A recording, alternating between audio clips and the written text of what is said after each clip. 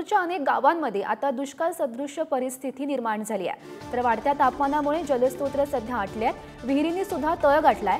पिण्याच्या पाण्याचा प्रश्न गंभीर बनल्याचं पाहायला मिळत आहे। पाण्याअभावी पिकं करपलेली आहेत आणि याच संपूर्ण परिस्थितीचा आढावा घेतलाय आमचे प्रतिनिधी तुषार झरेकर यांनी। उष्णतेची लाट 45 अंशांपार गेली आहे आणि त्यातच परिसरातील जी पिके आहेत ती अक्षरशः करपू लागली आहे।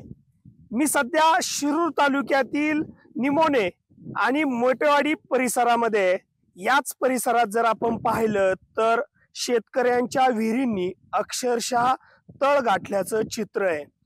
सुमारे 50 फुटांपेक्षा मोठी असणारा हा आकारमानाची विहीर, या विहिरीने अक्षरशः तळ गाठल्याचं एकंदरीत चित्र आहे। त्यामुळे या दुष्काळाची दाहकता कितपर्यंत असेल हे आपण यातून अनुभवू शकतो।